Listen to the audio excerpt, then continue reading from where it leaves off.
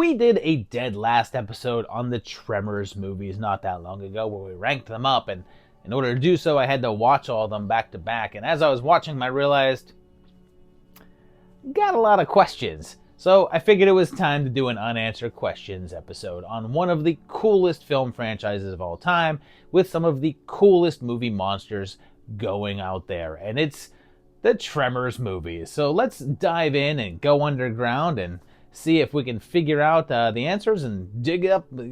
I guess lots of digging metaphors is what I'm doing here. Just throw in some puns and entendres about digging and searching for things under the ground like some I don't know, whatever. Roll with it. Question number 1.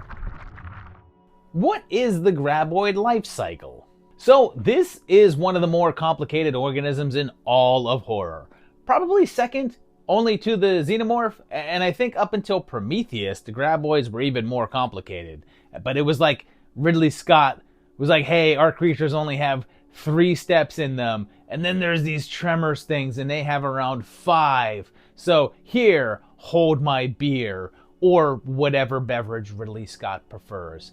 But this isn't the kind of show that we just make that joke and lie with it, because I went and I looked it up, and I knew that he had a vineyard somewhere, but it turns out that he also claims to be addicted to Diet Coke and still has 1 a day on set.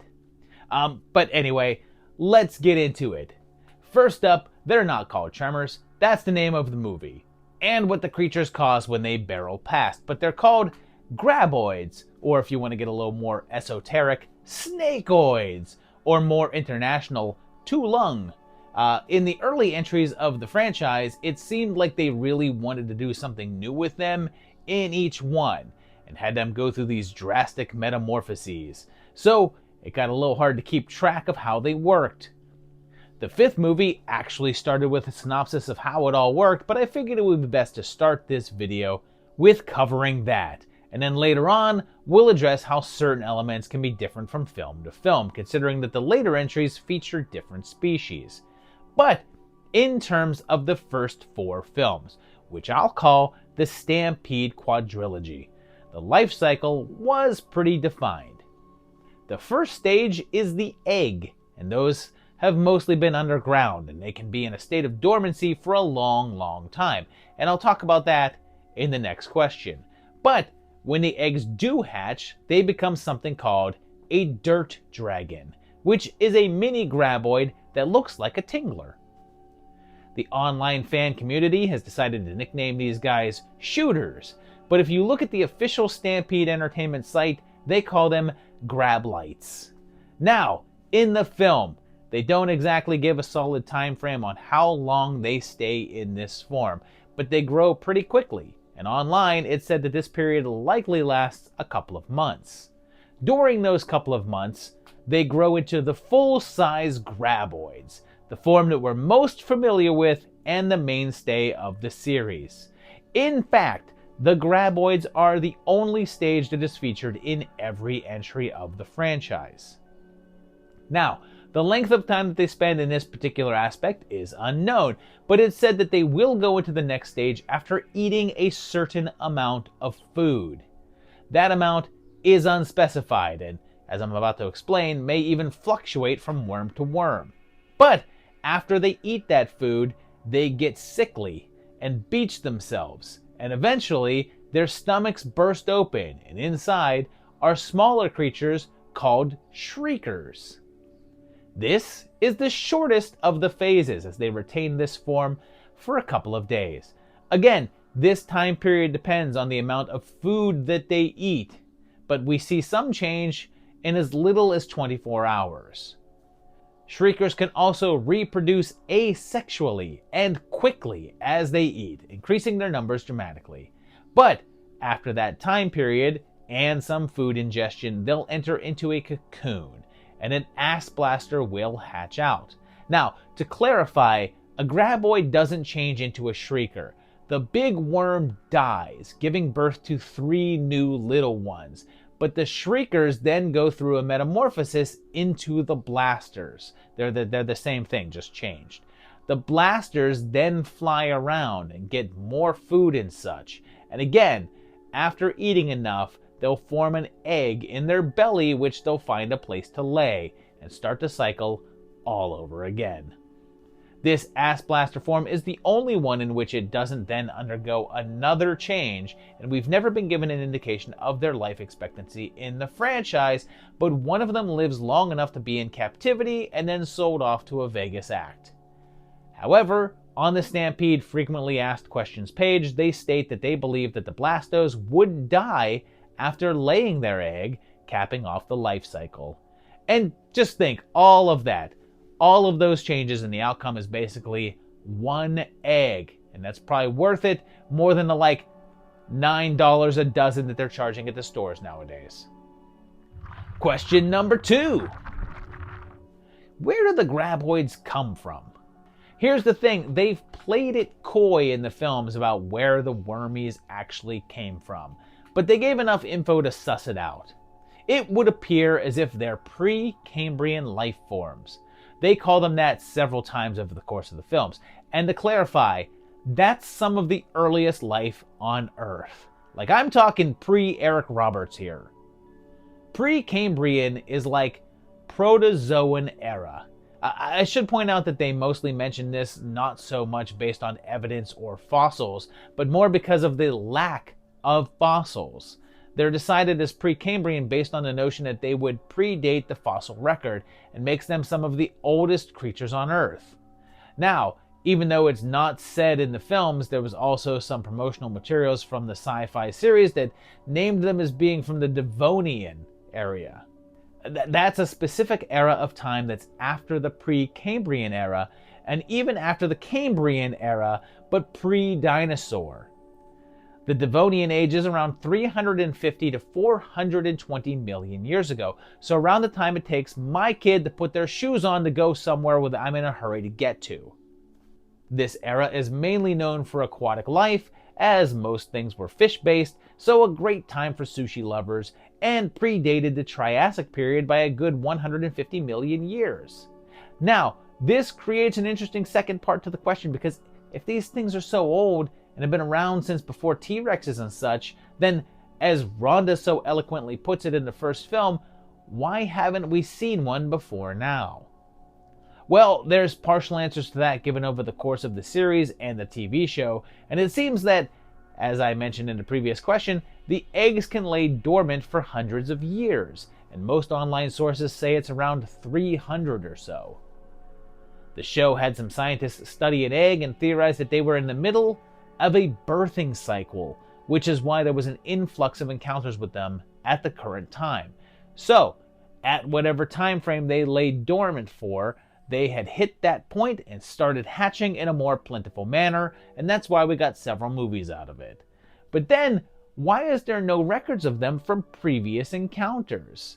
That one is a bit trickier, because even if you assume that there would be less interaction because they're in more remote areas and there's less food around, the Graboids seem to leave a lot of evidence behind that would seemingly be found by archaeologists. Beyond the imploded forms of the adult Graboids, there's eggshells from hatching, the molted shrieker forms, and I assume carcasses from axe blasters. So, my initial thought is that their bodies and forms are more biodegradable than some other life forms, to the point of not leaving much evidence behind of their existence. Now, the African version of the species appears different, as they find a full skeleton of a dead one, but there doesn't appear to be any skeletal structure to the American ones, so likely they degraded more, and perhaps there weren't enough resources on African digs in areas where they were prevalent, thus explaining why no one really mentioned seeing them. Or maybe they're like me with the Blumhouse horror films, and they saw them, but then basically just forgot everything about them entirely. Seriously, what happened in any of those? Question number 3. Where are Melvin's parents? So this is one that I only discovered very recently. You see, in the little town of Perfection, there's only a small handful of citizens. One of them is the obnoxious Melvin, played by perpetual little brother Robert Jane, who also goes by the name Bobby Jacoby. So, the town has 14 people living there in town, as stated by the sign outside of town, and Melvin is one. For a very long time, I assumed that the characters of Nancy, Mindy, Melvin, and Nestor were a family, with Nancy and Nestor as the mother and father, and the kids were Melvin and Mindy. However, I later learned that Nancy and Mindy were unrelated to the others, but still just assumed that Nestor was Melvin's dad. Mainly because Melvin had been portrayed as an obnoxious, snotty brat unaffected by anything, and yet he showed a good amount of distress when Nestor is eaten. But it turns out that they're also unrelated and not connected in any sort of family way. And that means that Melvin is unconnected to anyone else here. And they do show the 14 residents. There's Val and Earl, Bert and Heather, and that's 4. And I already mentioned Mindy, Nancy, and Nestor, so that's 7. But then there's Walter, Miguel, Old Fred, and Edgar for 11, and Jim and Megan make 13, with Melvin as number 14. Rhonda is not living there, so she doesn't count as one of the members, but that means that Melvin lives alone, which seems weird for a teenage kid.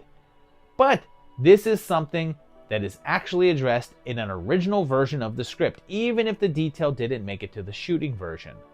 It seems that Melvin does live with his parents, but they were neglectful and would often just leave him on his own, taking off to Vegas to gamble for long periods of time. So that would seem to make the number 14 inaccurate, but it's easy to assume that either Jim and Megan's house was too far out of the city limits to be counted, or that since their house wasn't really built yet, they weren't actually considered residents and weren't added to the town.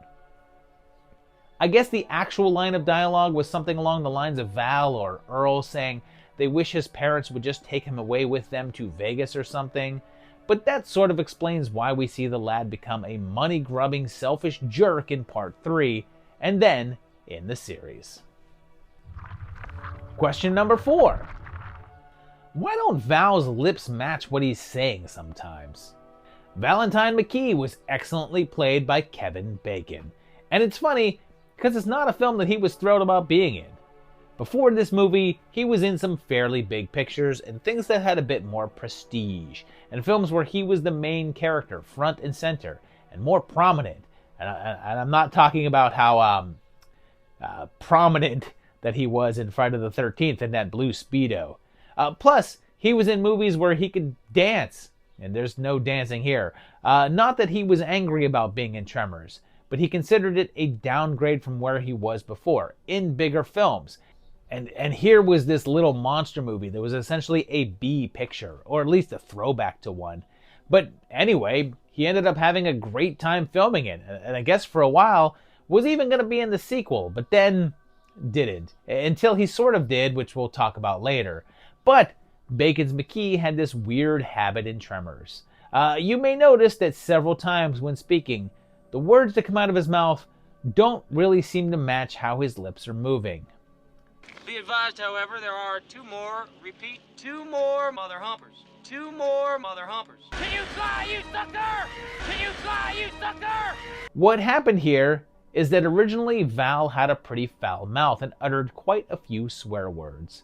But then, when they submitted the film to the MPAA, they were told that they were given an R rating for language.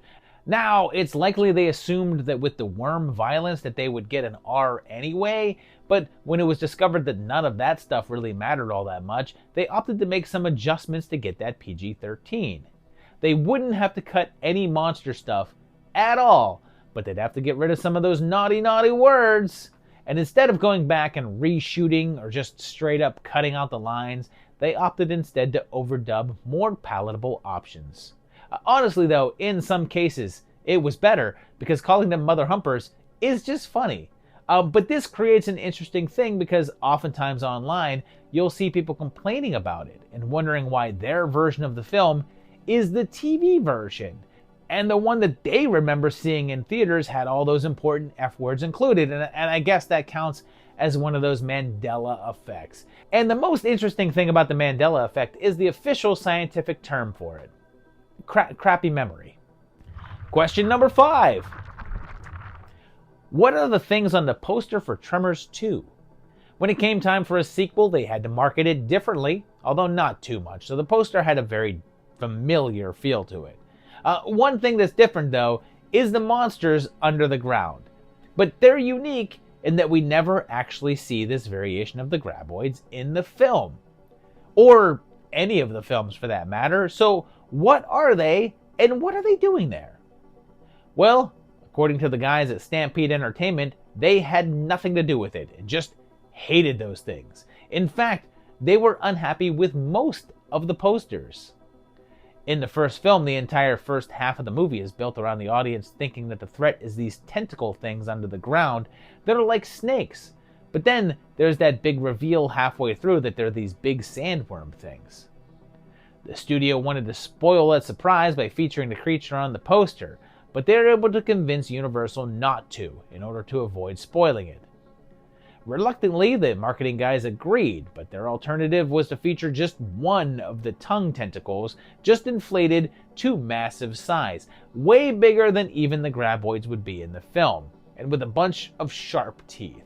But then, when the sequel happened, it was poster time again, and this time, it would be perfectly okay to show a full-size Graboid, especially since the hook this time around was that they'd become the Shriekers, and there'd be this whole new threat.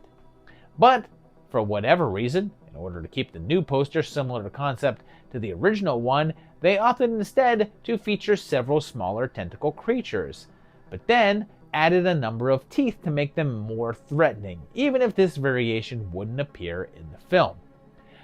Now, the poster for Tremors 3 would only feature the same design down here as the first one, but then had this Photoshop nightmare going on above it, and then part 4 had the most accurately depicted creature of the whole run, except maybe when it came to scale. But then, take a look at this poster for the series. What the hell is this thing? What the hell is even that? Question number 6. Why is the African species different? So, by the time they got to part 5, we get away from the Stampede quadrilogy, as the company was no longer involved. But Bert was back, and so were those Graboids, of course, but they took on a different look and were completely redesigned. Not only were they longer and leaner, they were now considerably faster and could jump up out of the ground, flying through the air to grab their prey as opposed to just popping up underneath. Also, as mentioned earlier, they had a skeleton, as seen as one is dug up during an archaeological project. But here's the weirdest part about them. Their tongues can detach and then reattach and are sentient. Those are known as grabbers and seem to be separate beings from their main body, and this is in contrast to the American version where the tongues are merely that, just tongues. This whole thing has led some people online to believe that the tongues of the American ones are also alive and could possibly be the early form of the Shriekers, since there's 3 of them as well, saying that they grow and gestate in the larger Graboid mouth and then internalize and then separate and hatch into their own beings. This is, however, denied by the filmmakers, saying that the tongues are just body parts and do not have any sort of mind of their own. Except these African ones, and as a matter of fact, considering that we never see the Shrieker stage of these versions, it's possible that they could skip it entirely, going straight to full-size Graboid to Ass Blaster. And I wouldn't rule out that in the instance of this species of them, that the grabbers mutate into the smaller forms. But there's 2 reasons why these changes were made. One is a film reason baked into the story, and the other is the behind-the-scenes information as to why it happened. In terms of the story, it's just a matter of evolution.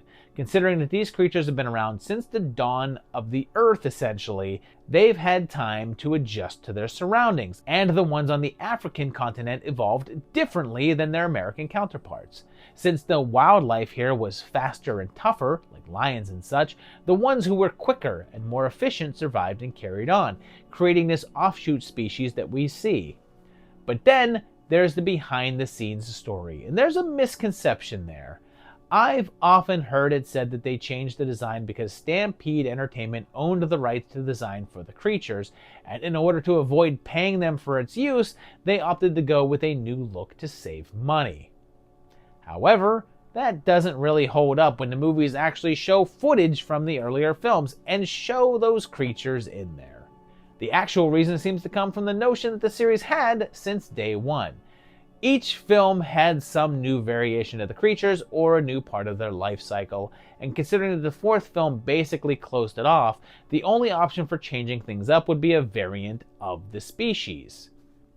There's an interview online with Cinemotion, the team that was hired by Universal to handle the Graboid effects, and they said that their goal was to update them and make them more intimidating and scary, more in line with the time frame it was released.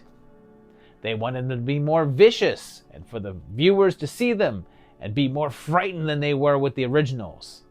They failed. Question number 7. Is the series canon? I feel like there's a chunk of people out there that are still completely unaware that there was even a Tremors TV show. But there was, and it ran for 1 season on the Sci-Fi Channel, and then G4 back in 2003. It was a bizarre story since it was 13 episodes, but Sci-Fi wasn't happy with the second episode, so on the first night of airing, they were meant to run episodes 1 and 2, and instead put up episodes 1 and 6. In fact, they ended up producing the 13 episodes in a specific order, but then were run as episode 1, episode 6, episode 7, then back to episode 3, but then episode 9, back to 4, then 8, then 5, then 10, 12, and 13, back to 11, and finally, the last episode aired was episode 2. This reordering required them to re-edit the shows to have them make sense, since characters would appear in episodes and you'd have no clue who they were, but then several episodes later, they would be introduced, so they had to move those scenes around to have it be chronological. When it ran on G4 later on, they moved it back to the original order and restored the edits, but by this point, the series had already been canceled. The plot picks up from where Part 3 lives off, with Bert in Perfection and Jody running Chang's Market, although she's been recast. They also had to bring in a new character to replace Desert Jack, since Sean Christian didn't return, but instead of recasting like they did with Jody, they simply made a new character. El Blanco, the albino sterile Graboid from Part 3, returns and has given their land protected status. But then there's also a running subplot about government testing involving Mixmaster, a chemical compound that blends DNA of various species and gives them additional creatures to fight off.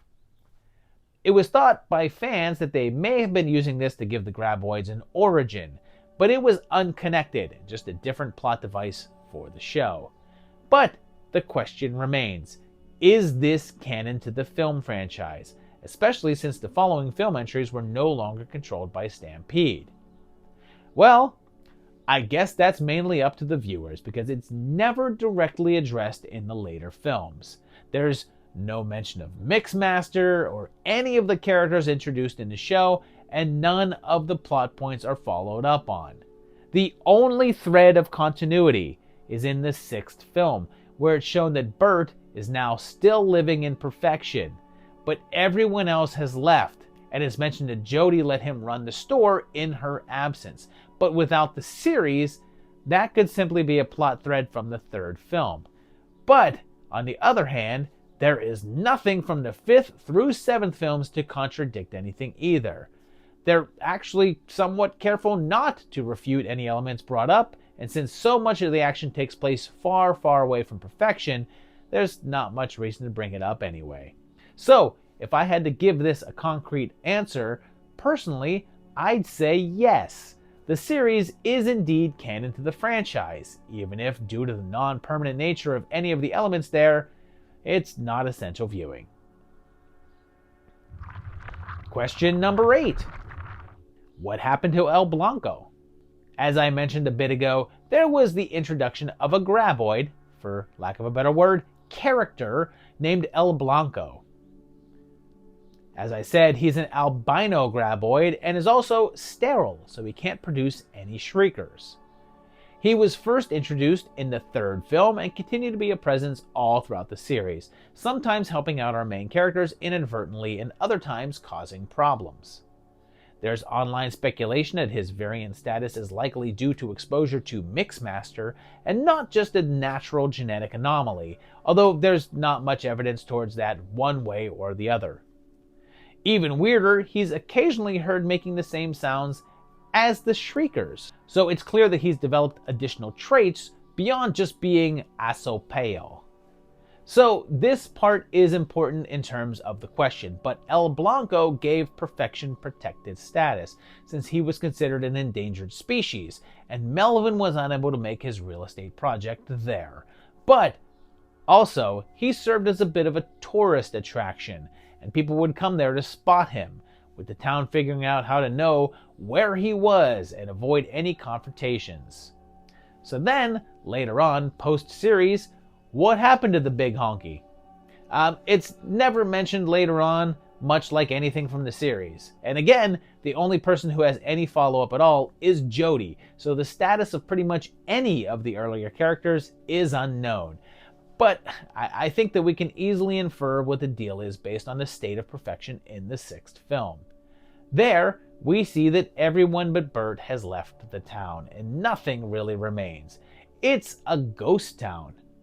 Solely based on that, I'm pretty sure that we can surmise that El Blanco has passed on.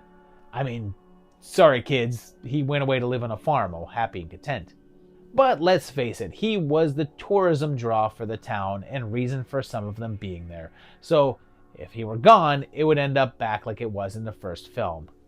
Throw in the fact that there's over a decade in between the sixth film and the ending of the series, a time frame that we haven't seen any of the Graboids live, and it's safe to say that he just had some of those good old natural causes. The only question that brings up is why Melvin didn't then go ahead with his development plan. But again, more than a decade had passed, so he'd likely moved on to bigger and better things, or who knows, maybe given his personality, maybe one of those days that someone really did kick his ass.